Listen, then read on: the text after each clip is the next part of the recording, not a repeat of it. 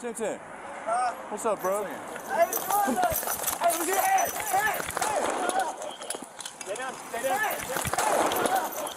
stay down. February 8th, 2024, Charlotte, North Carolina.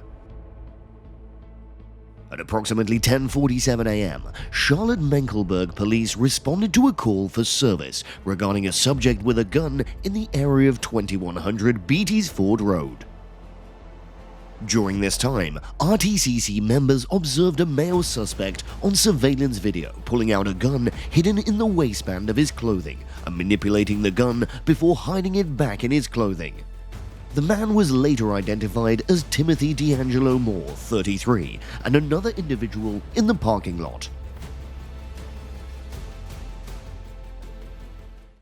After receiving notification from RTCC, officers quickly arrived at the scene. Upon arriving at the scene, police observed what appeared to be a drug transaction between the suspects. 10-10. What's up, bro? Moore ran away when he was caught red-handed. During the brief pursuit, Moore pulled a gun from his waistband and turned towards the officers. In response, a police officer fired one shot at Moore, causing him to fall to the ground. I ain't do nothing. There. I got you. I ain't do nothing. Upper arm? Yeah. Do we have medics coming? Officers quickly arrested Moore, recovered the gun, and searched Moore. Lay on your side. Lay on your side. Officers are 10-4, not in there. No, don't stand up, Tim. I gotta stand up, Okay, bro. hold on. Let's go over to the car then. His phone. Will you watch the mag, Sarge? He'll stand up. Fortunately, no officers were injured in this violent incident. Well, why I got? We've been knowing each other. Hey, how y'all doing? Good. The Charlotte Fire Department and medic arrived promptly to provide necessary medical assistance. I locked him so they won't get any tighter. Once Moore was stabilized, he was transported to a nearby hospital with non-life-threatening injuries. After being released from the hospital, Moore was arrested by the Mecklenburg County Sheriff's Office. He now faces multiple charges, including possession of a firearm by a convicted felon, resisting a public officer, and carrying a concealed weapon. This incident highlights RTCC's effectiveness in monitoring and responding to potential threats. The courage of law enforcement officers can prevent potentially dangerous situations. What difference does that make? No, you don't. Well, just so you know, you're under arrest. Okay? No, I'm not. Yes. You are.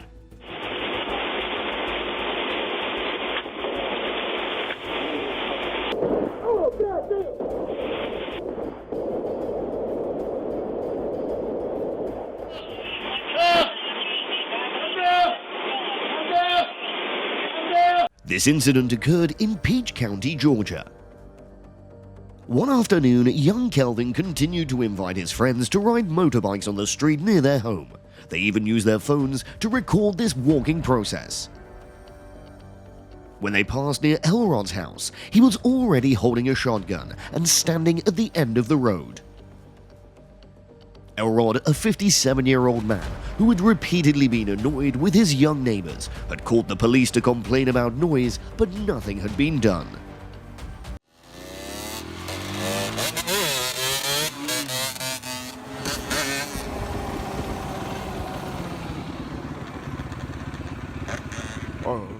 When Kelvin saw the other person holding a gun, he immediately raised his hands without having time to turn off the camera. Goddamn shit up there my ass, I'll kill your motherfucking ass. Oh, my You fault, man. understand me? Yes, sir. I ain't fucking tired of your goddamn bullshit. Yes, sir. Neighbors saw this scene and immediately called the police. A few minutes later, the police arrived at the scene. They went to the house of the person who reported the police first, then asked Kelvin about the situation and watched the video on his phone. Two police officers then drove to Elrod's house.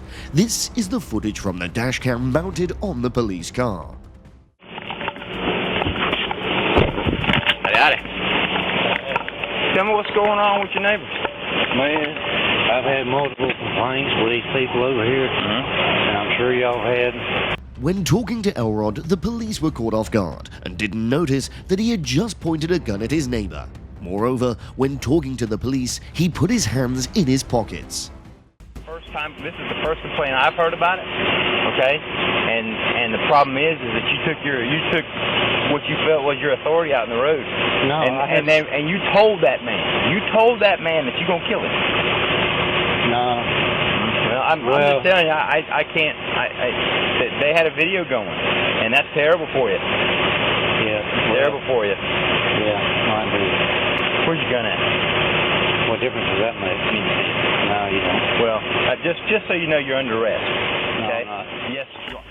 When he heard he was about to be arrested, Elrod suddenly pulled a small gun hidden inside his waistband. The police officer opposite could only hold his left hand. Subsequent images have not been made public. He aimed at the two policemen's heads and pulled the trigger repeatedly. Two police officers were hit and then collapsed, and Elrod immediately returned home.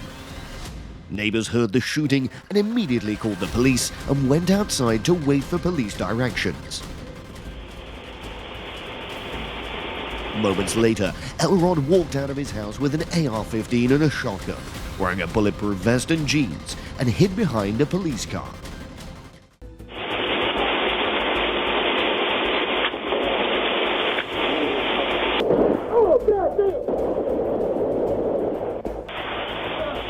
A police officer in the distance shot Elrod's bulletproof vest. He endured the pain and shot back, but the gun jammed.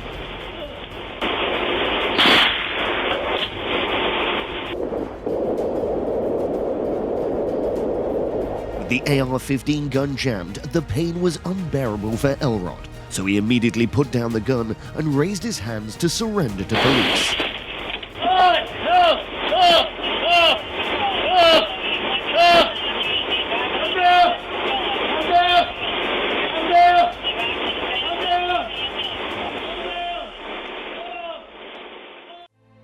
The police then stepped forward to arrest Elrod.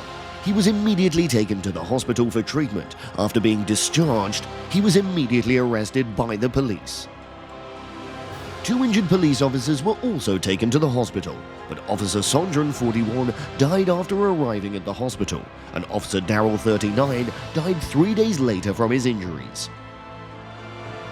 It's known that Elrod's a veteran and currently an electrician, and he has a son who's a police officer in another city.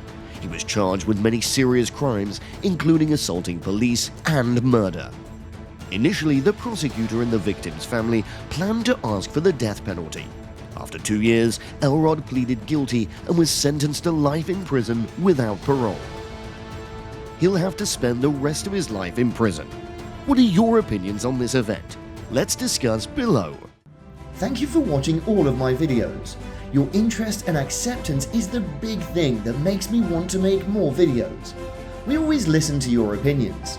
If you have any questions, please feel free to ask. Comment down below and we're always happy to answer. Please subscribe and comment to my channel if you like it, and if you want us to convey through our next videos. Come here. Do you mind if I move? Come here. I'm not telling you. I want you to hold me so you know that. Okay. No cap. I'm not even gonna touch it. It's blue hundreds right here. It's all the blue hundreds are right there behind that receipt. Thank you. All that's my money. He didn't have that. This is your money? Yes, I heard him crumble it up. Thank you. All that's been recorded, right? That's my money. Welcome back to our channel, where we explore fascinating stories and news. Today, we have a compelling story straight from Charlotte, North Carolina.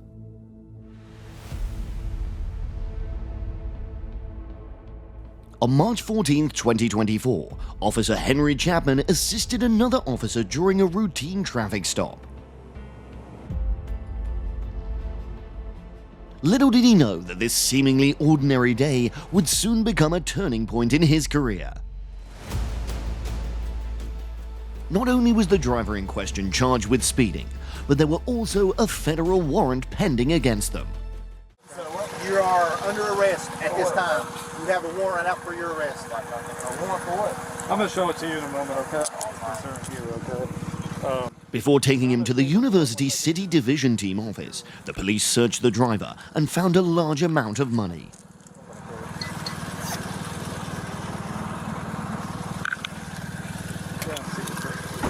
money was then handed over to Officer Henry Chapman, who personally escorted the driver to the University City Division team office.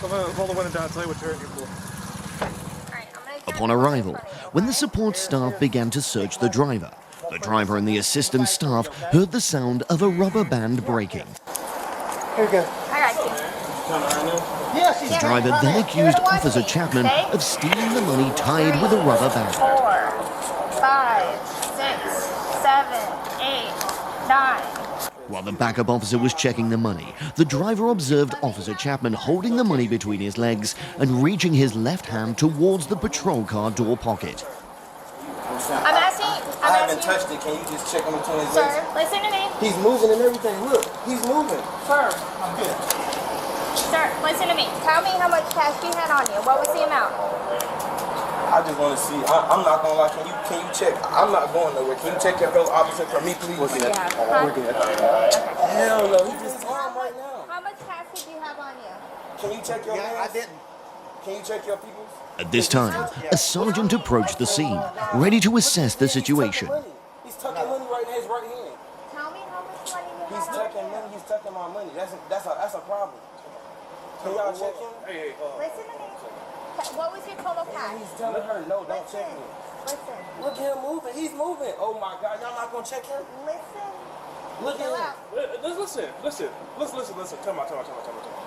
I've been cooperating Let me tell with you you guys the whole time. I'm not gonna lie. He's just I'm not touching gonna my allow money. anybody to take your money. Look at him. He's moving. But look at me. Look at me. If someone takes your money, it will be a big problem. All right. No one's gonna take your money.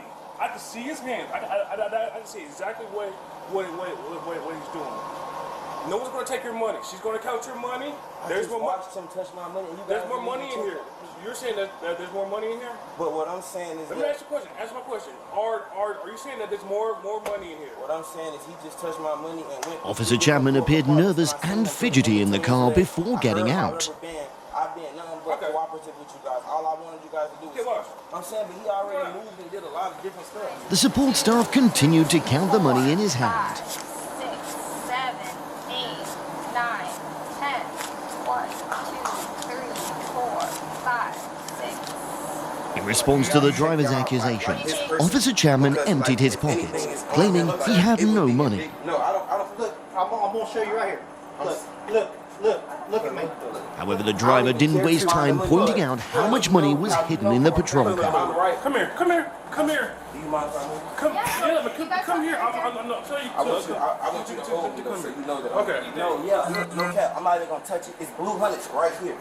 It's all the blue hundreds are right there behind that receipt. Thank you. All that's my money. He didn't have that. This is your money? Yes, I heard him crumble it up. To everyone's surprise, the sergeant found $900 in the same bag, confirming the driver's statement. Thank you. All that's been recorded, right? That's my money. That's my money right there. Based on the evidence and confession, detectives quickly arrested Officer Chapman and charged him with embezzlement. This was a severe blow to his career, and the consequences were immediate.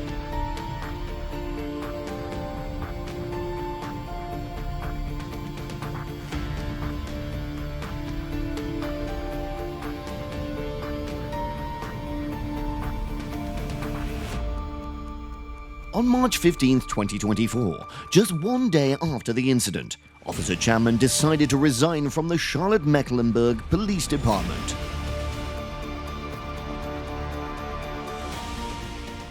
However, the story doesn't end there.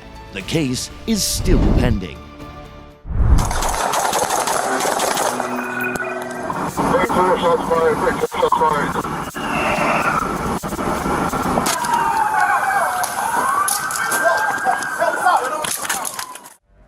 In Oklahoma, on the afternoon of August 22, 2022, the Oklahoma Police Department received a call about a shooting. Police immediately grasped the situation. Previously, local police responded to a shooting after issuing an eviction notice. The tenant, unable to pay the $1,500 rent, angrily shot and wounded 2 officers. Fleeing with his weapon and boat, he soon reached the highway.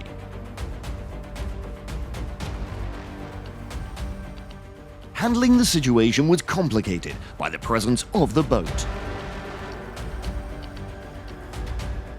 A high-speed chase ensued, ending with the suspect's vehicle suddenly stopping.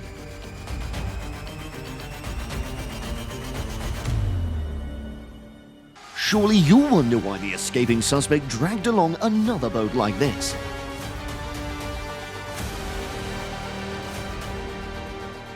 Next, we'll see police officer Matt's body cam. That he had a gun in the car with him and shooting while driving, so he's armed.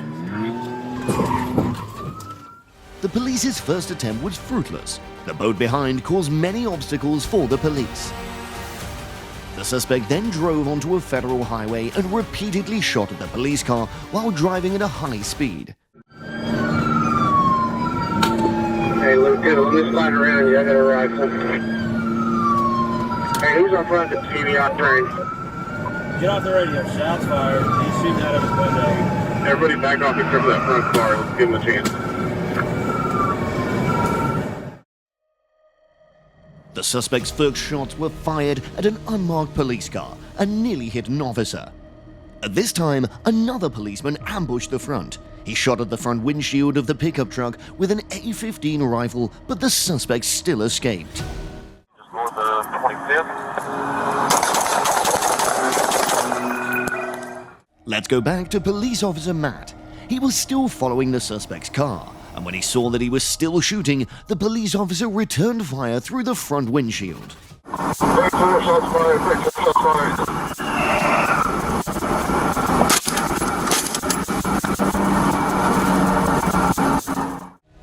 This is a viable but risky strategy. But it's still much better than leaving cover and getting shot.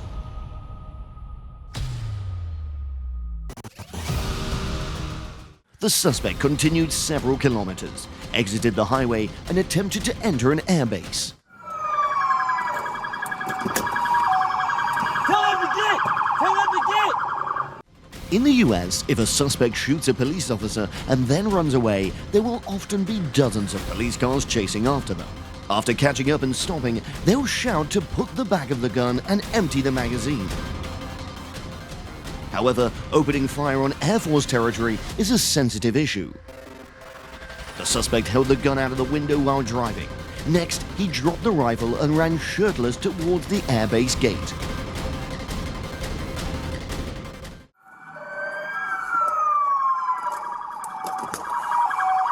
Tell him to get! Tell him to get! Move everybody! Get everybody out!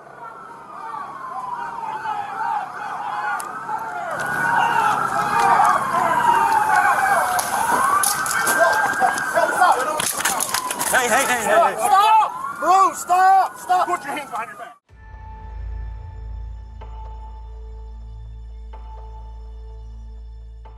Police identified the suspect as Benjamin Plank, 35 years old. Police found many weapons and more than 1,000 rounds of ammunition in the car and boat. Plank is currently in an Oklahoma prison, facing multiple felony charges, including first-degree murder. Officer Bobby, who was shot while on expulsion duty, succumbed to his injuries.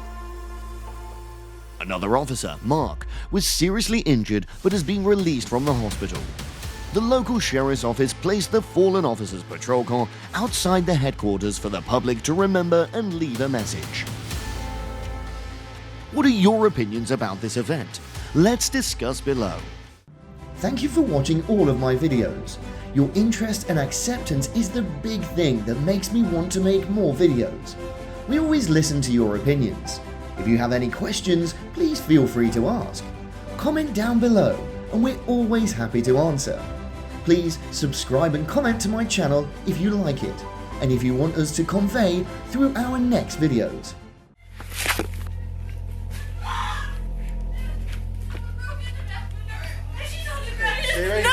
No, there's so much blood. No, please. Yeah. What's going on? I don't know. We just got dad. I'm the dad. Okay, She's going to jail forever. Wife's dead. On March 3, 2020, a teacher at the Student Affairs Office at the University of Mount Union in Ohio called a student's mother. The mother's name is Brenda. The teacher informed the mother that her 19-year-old daughter Sydney had been expelled for failing many subjects in a row. The teacher then heard a heated argument and screaming over the phone. Seeing this, the teacher repeatedly called Brenda's name but received no response, and the call was hung up. After a few callbacks, the call was reconnected with a voice claiming to be Brenda. But the teacher believed that this was not the voice of Brenda's parent, so he called the police to Sydney's house to check on the situation. The police arrived quickly at the scene.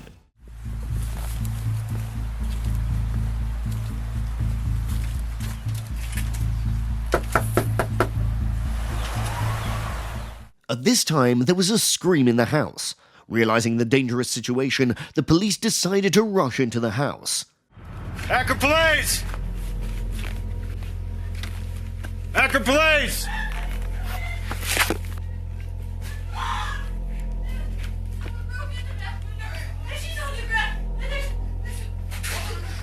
Where's your mom at? Okay, stay right here. No, there's so much blood. No, please! Man! She's recording now! No! Stop! We gotta figure out what's going on. Can you sit down? R9, get that 32 rolling here quick. We got a female down, blood all over the place. Sorry to smart you, we got a crime scene. Take her outside. You got she's blood all over. I don't even know if she's breathing. Secure the scene. She looks like a 22. She looks like she's been down for a while. There's blood all over the place. There's a knife by her head and stuff like that, and there's a huge pool of blood. No, I think she just walked in on it. There's a broken window in the back, so if you can just put up some crime scene tape. As soon as AFD gets here, they're going to pronounce her, I'm sure. Police found Brenda lying in a pool of blood, while her daughter Sydney next to her was in a state of extreme panic. What is your name? Sydney? Are you cut? I don't think so. Yeah, you're cut somewhere. I don't think so. Yeah, your hand. No, I was helping her. I grabbed her. All right, stop. I grabbed the knife. Yeah. What's going on? I don't know. We just got dad. I'm the dad. Okay, Sydney. I don't know. Okay. I don't know. Brenda's husband, Sydney's biological father, named Stephen, also quickly arrived at the scene to comfort his extremely distressed daughter. Police quickly sealed off the scene and conducted a detailed investigation. The back window's broken in! So you're gonna have to... Daddy! Inside there, so... I don't know! There was so much blood! House, okay? She's got minor cuts. Sydney told police at the scene that someone broke the glass of the back door and then entered the house to kill someone. But through preliminary investigation, the police believed that the act of breaking the glass door occurred after the murder. Interesting. Somewhere that's not you. Okay, do we know who, where, which way? But it's the younger guy. I'm looking through here and I can see pictures. And there's a whole basement set up for what looks like. Yep, hey, sorry, I'll call you right back. Bye. All right, let me go report that. Yeah, there's got a man. It's probably her brother. Well, I'll see if we can find out who else lives here. At this time, the police were still investigating the surrounding area in the direction of someone breaking into the house, but they soon discovered that the case was more complicated. Okay. Do you live here, sir? Yeah. Okay. That's my wife and there's my daughter. Okay, how old's your daughter? She'll be 20 in March. She's 19. Is she coming out? Yeah. No, not yet, sir. Just can't hang out. Sydney, can you tell me what happened? Huh? Sydney. Sydney. Sydney was lying on the ground in a state of shock, unable to communicate with the police. On its way? Yeah, it's coming. From where? Yeah, that's them right here. I can hear them.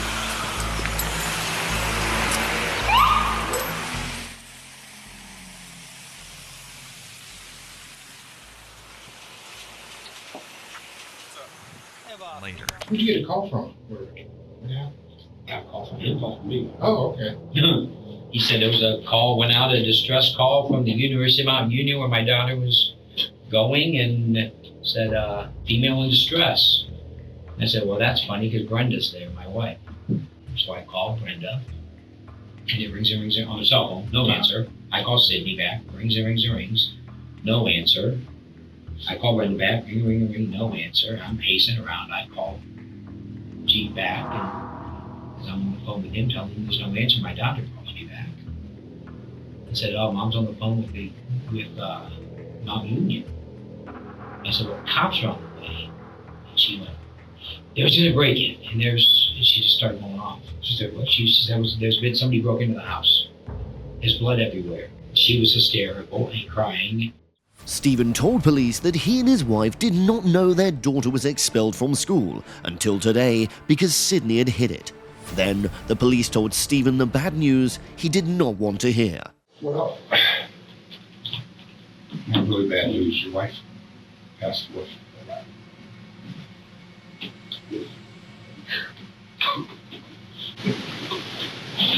Next, the police wanted to tell him an unacceptable truth. What happened? I don't think someone broke into the house. I don't know if your wife and daughter got into an argument, got physical. I mean, the window was broken, but there's no forced entry into the house. Did your wife and daughter ever have like really heated arguments? No. This is not possible. Clearly, they think Sydney did this. I was too. She's going to jail forever. Wife's dead. You know, they're going to do everything they can to make sure that they find out exactly what happened.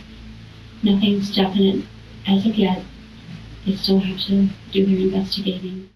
The day after the incident, prosecutors charged Sydney with murder. Records show Mother Brenda and daughter Sydney had a harmonious relationship and never had a physical altercation. At trial in February 2022, Sydney pleaded not guilty to murdering her mother, citing a history of mental illness and should not be criminally charged. Two psychiatrists testified that Sydney suffered from schizophrenia and depression and had hallucinated when committing the crime, losing control of her consciousness and reason. However, the prosecution's psychologist believes that Sydney was able to control her behavior when committing the crime. She lied to the police about finding her mother and intentionally broke the window to create a fake murder scene. During the incident, Sydney first hit her mother with a frying pan, then used a steak knife to stab her mother multiple times in the neck. The switching of weapons shows that her actions were planned and intentional, not just an irrational act. Therefore, she must bear criminal responsibility. The father was also present in court and gave testimony as a witness. What was, when she told you this, what was your response to her?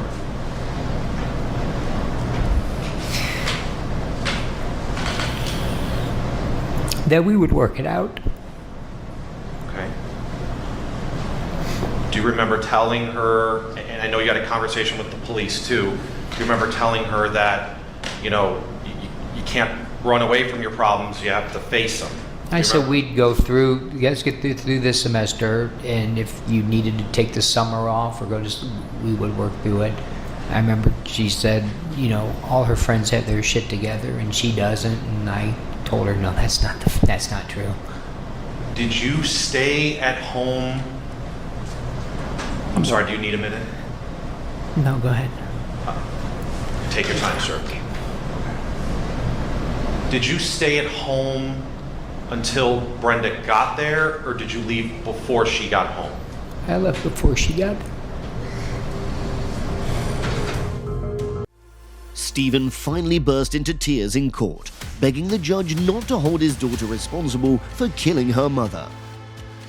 Stephen said he believed his daughter's mother did not want this result and asked the judge to forgive Sydney, hoping the family would not be separated. On September 20th, 2023, after 9.5 hours of deliberation, the jury found Sydney guilty of murder. The judge sentenced Sydney to life in prison, with the possibility of parole after 15 years.